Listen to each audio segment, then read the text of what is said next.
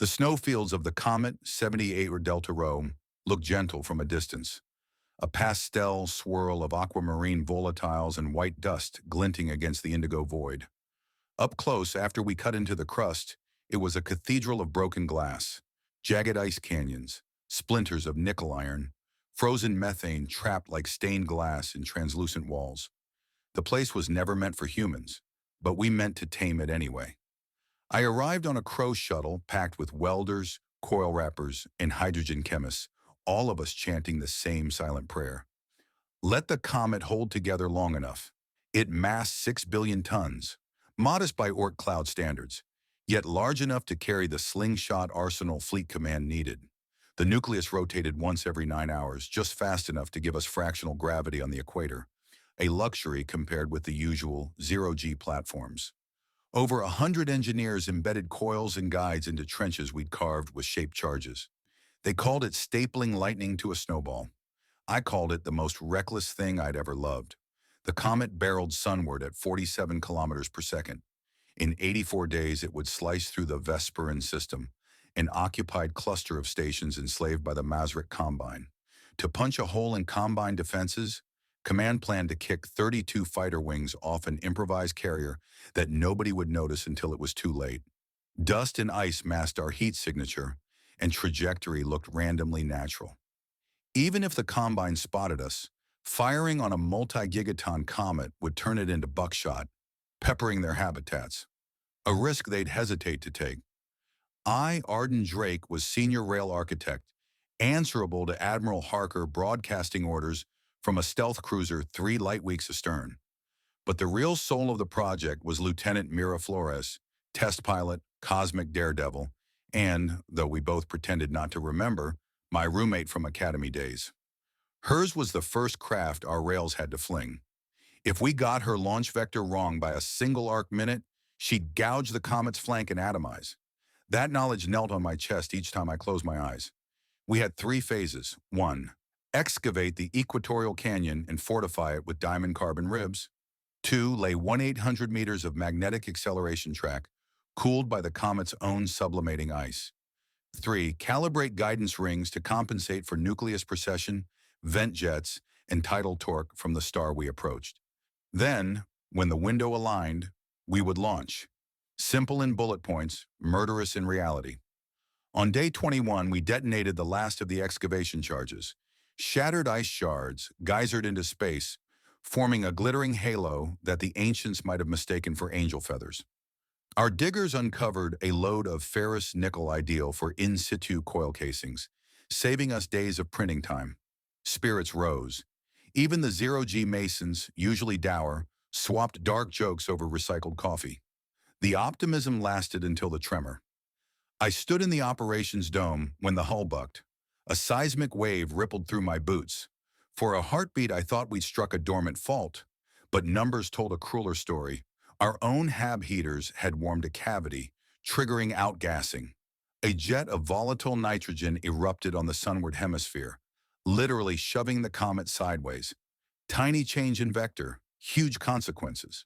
Our launch window with Vesper station depended on millirad accuracy. The course deviation set us off by 20,000 kilometers. If we didn't correct, the fighters would arrive behind the enemy, sure, but so would we, slamming into civilian mining habitats at orbital velocity. Options? I asked.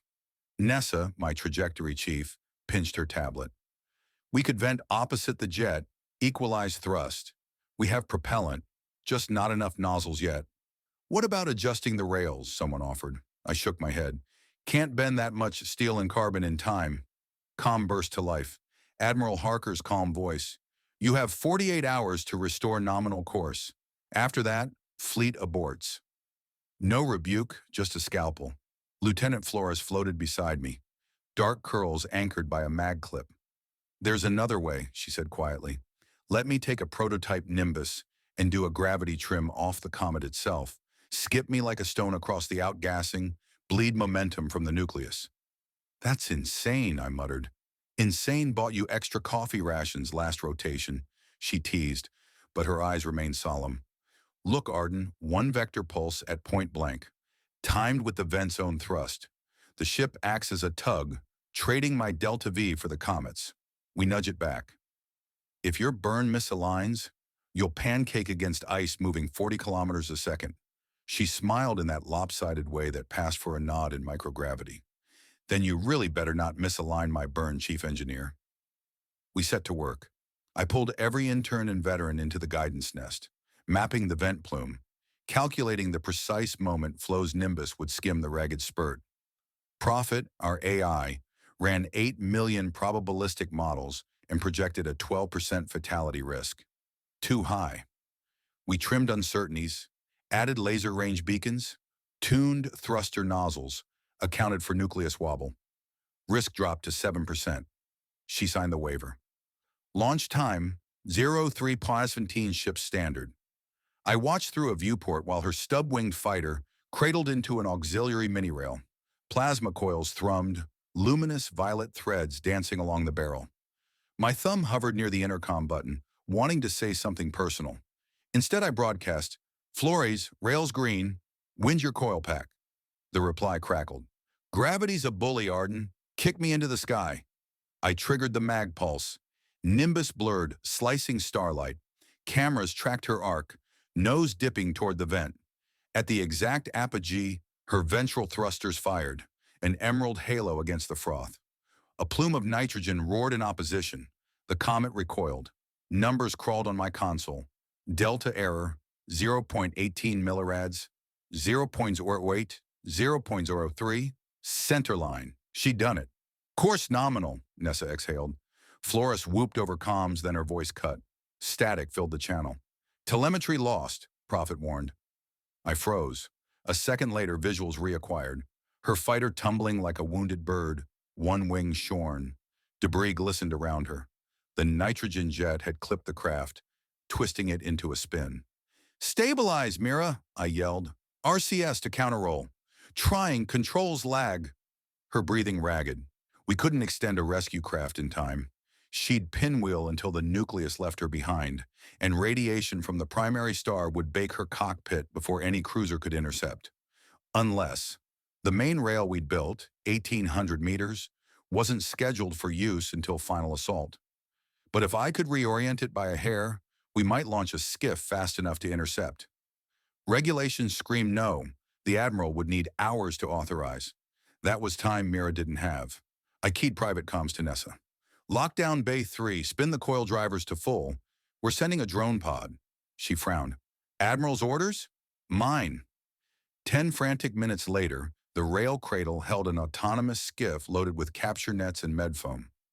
We'd patched a crude guidance script. I fired. The skiff tore down the rail, magnetic hum crescendoing to a thunder I felt in my teeth. It streaked off the lip and vanished.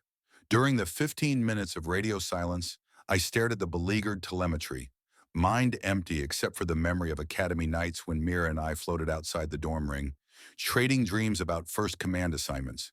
She'd laughed at my habit of sniffing recycled air before pronouncing it CO2 content.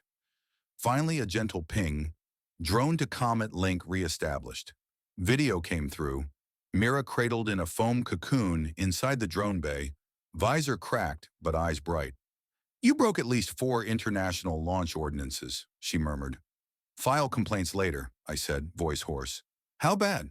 "Wing gone, pride injured, otherwise serviceable." She shivered. But Arden, I felt it.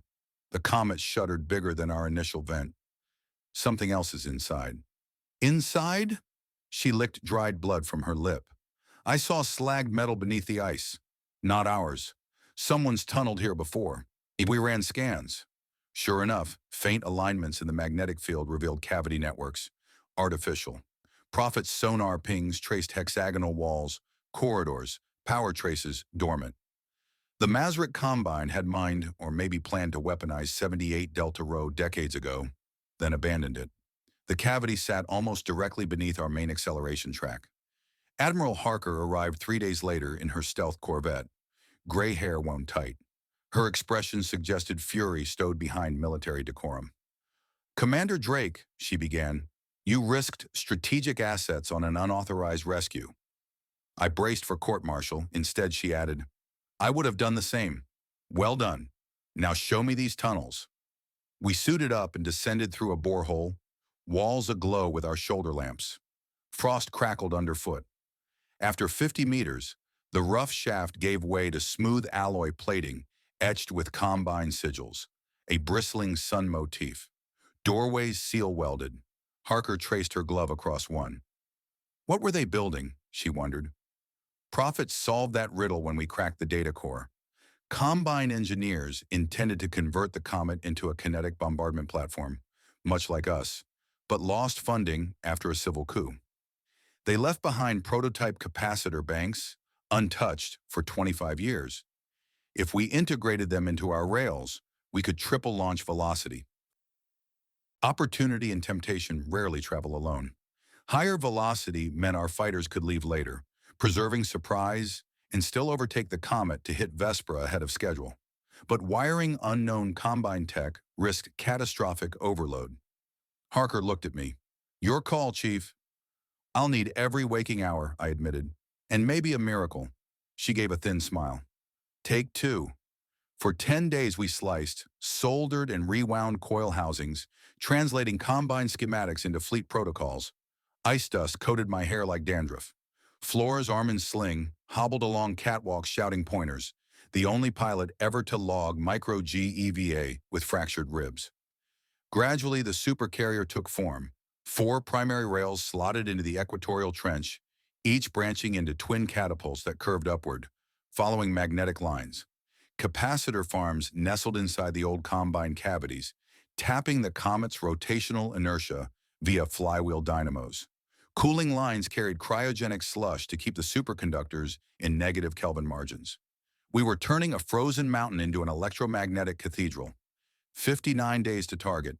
We began fighter drills, cycling squadrons through low-power test shots. The pilots nicknamed our base the Slipstone. I watched from a perch as twin crafts streaked off opposite rails in perfect synchrony, their exhaust plumes forming ephemeral X's against the void. Then came a warning flash.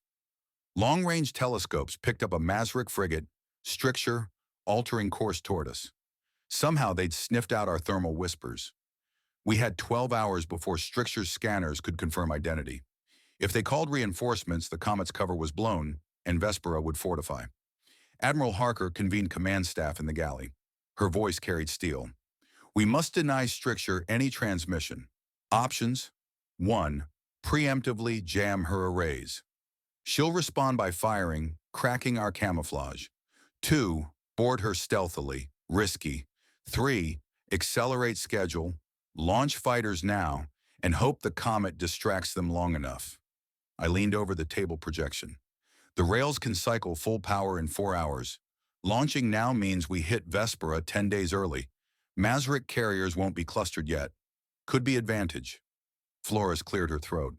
Stricture carries a quantum repeater. If she pings HQ, we lose everything. I say we scramble. Debate whittled down fears until consensus emerged. Launch. The final 4 hours blurred into a single manic symphony. Fighters loaded warheads, technicians spot-checked rail alignment. Gravity lace thrummed beneath soles as the Comet spun. I stood on the command deck, adrenaline and electric taste. Prophet intoned, "Solar occlusion window commences in 5 minutes. Recommend initiating shot sequence." "Do it," Harker ordered. Rails charged. The magnetic fields were so strong, I felt the fillings in my teeth vibrate. Capacitors bled blue arcs along bus bars. On monitors, squadron leaders flashed thumbs up. Rail 1, green. Rail 2, green. Carrier rotation stable at 0.127 G, Nessa reported. All vectors plotted. I patched to every pilot. This is Engineer Drake. Remember, the Slipstone loves you. Just don't come home too heavy. You'll punch through the floor. Laughter crackled back, thinner than usual. Harker raised a hand. Launch! Staccato booms, silent in vacuum but audible through structure, shivered the decks as the first fighters fired. They erupted from the trenches, glowing like newborn comets themselves, frost trailing off wings. The guidance rings flicked them onto precise arcs aimed at Vespera's defense grid. Rail cycles ramped, one squadron every 30 seconds. Ice and dust plumed, momentarily forming shimmering tunnels around the rails. I watched 32 wings vanish into the starry gulf, each craft bearing names scribbled in grease pencil. Valkyrie, Larkspur, Javelin, Last Chance.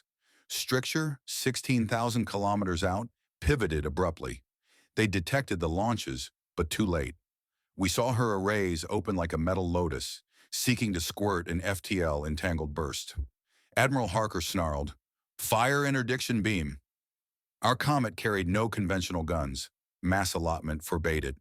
But we'd installed a microwave lance fed by the same capacitors. The beams sliced the dark, invisible except on sensors. Stricture's repeater pedals wilted, molten edges glowing copper.